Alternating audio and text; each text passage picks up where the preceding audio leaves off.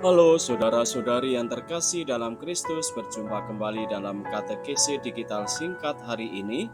Hari ini kita akan membahas tentang 7 dosa mematikan.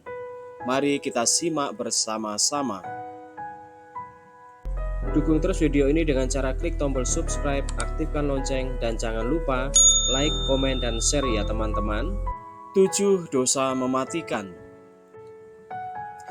7 dosa mematikan dalam bahasa Inggris Seven Deadly Sins merupakan pengelompokan dan penggolongan atas dosa-dosa atau tindakan-tindakan tercela dalam ajaran kekristenan meskipun tidak disebutkan secara eksplisit dalam Alkitab.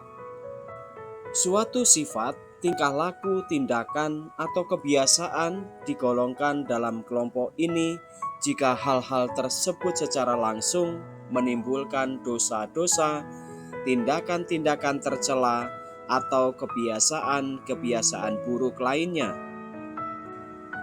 Sebagai contoh, seseorang yang membiarkan dirinya terus dikuasai kemarahan dapat melakukan balas dendam dengan cara membunuh. Seseorang yang dikuasai ketamakan dapat melakukan korupsi atau mencuri jika ada kesempatan. Membunuh, mencuri, dan dendam merupakan dosa-dosa akibat yang ditimbulkan oleh kemarahan dan ketamakan yang merupakan dosa-dosa pokok. Daftar 7 dosa mematikan. Daftar dosa-dosa mematikan mengalami beberapa perkembangan atau penyesuaian sepanjang sejarah. Yang umum digunakan saat ini adalah hasil revisi dari Santo Gregorius Agung sebagaimana dituliskan dalam Katekismus Gereja Katolik nomor 1866. Pertama, kesombongan. Kesombongan dalam bahasa Inggris artinya pride, dalam bahasa Latin artinya superbia atau kecongkakan atau keangkuhan adalah awal segala dosa. Bukan semata-mata berarti bahwa semua dosa berasal dari kesombongan, tetapi karena semua dosa secara alami timbul dari kesombongan. Santo Thomas Aquinas yang mengatakan hal tersebut menjelaskan bahwa meninggalkan Tuhan adalah bagian pertama atau berawal dari kesombongan. Kesombongan adalah hasrat berlebihan di saat manusia menilai dirinya sendiri terlalu tinggi. Dalam tahap kepenuhannya, manusia menjadikan dirinya sendiri tanda kutip Tuhan karena penolakan untuk menundukkan akal budi dan keinginannya pada Tuhan, termasuk tunduk pada mereka yang dalam kewenangan mewakilinya. Kesombongan hanya dapat ditundukkan dengan mengembangkan kebajikan atau keutamaan yang adalah lawannya, yaitu kerendahan hati. Kedua, ketamakan. Ketamakan atau dalam bahasa Inggrisnya greed, avarice, atau bahasa Latinnya avaritia atau keserakahan adalah keinginan tak terkendali atas materi atau harta duniawi. Dalam kitab suci tertulis bahwa orang yang tamak tidak pernah memiliki uang yang cukup dan tidak pernah penghasilannya terpuaskan. Santo Paulus mengatakan bahwa cinta akan uang adalah akar segala kejahatan dan menyebabkan seseorang dapat menyimpang dari iman dan menyiksa dirinya sendiri, menggambarkan betapa seriusnya dosa pokok ini. Lawan dari dosa ketamakan adalah keutamaan kemurahan hati. Ketiga, iri hati. Iri hati dalam bahasa Inggris envy, bahasa Latin invidia, adalah suatu kekecewaan atau kecemburuan atas keuntungan orang lain dan menghendakinya untuk dimiliki sendiri dengan cara yang tidak adil.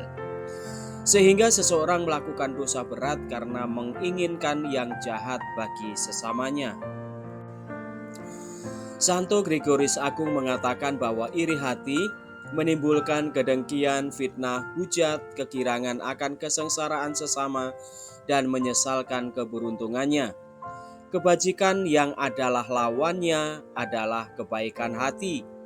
Namun mengingat kesombongan adalah ibu dosa, maka kerendahan hati mutlak dibutuhkan juga. Keempat, kemarahan. Kemarahan dalam bahasa Inggris wrath, anger, dalam bahasa Latin ira, yang dimaksud di sini adalah kemurkaan berupa keinginan untuk membalas dendam. Kemurkaan yang besar sehingga orang ingin membunuh sesama atau ingin melukainya adalah kesalahan besar melawan cinta kasih dan merupakan dosa berat. Santo Aquinas menyatakan mengenai kemarahan yang diperbolehkan.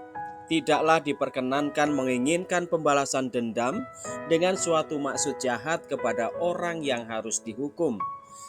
Tetapi sungguh terpuji jika menginginkan pembalasan dendam berupa suatu perbaikan atau kebiasaan buruk dan untuk mempertahankan keadilan. Kelima, hawa nafsu. Hawa nafsu dalam bahasa Inggrisnya adalah lust. Dalam bahasa Latin adalah luxuria. Yang dimaksudkan di sini adalah hawa nafsu seksual, entah romantis atau tidak, atau sering diasosiasikan dengan percabulan, suatu hasrat yang berlebihan akan kenikmatan seksual.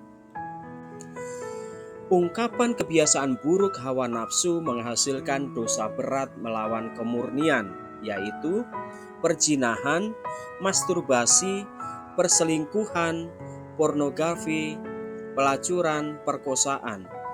Perjuangan mengatasi hawa nafsu membutuhkan keutamaan kemurnian berupa pembersihan hati dan pengendalian diri. 6. Kerakusan. Kerakusan dalam bahasa Inggris gluttony, dalam bahasa Latin adalah gula. Di sini sehubungan dengan hasrat berlebihan akan makanan ataupun minuman. Dalam tulisannya di Summa Theologiae, Santo Thomas Aquinas mengutip kata-kata Santo Agustinus ketika menjawab keberatan bahwa kerakusan bukanlah dosa. Seseorang yang menikmati daging dan minum lebih dari yang dibutuhkan haruslah mengetahui bahwa hal ini termasuk salah satu dosa ringan.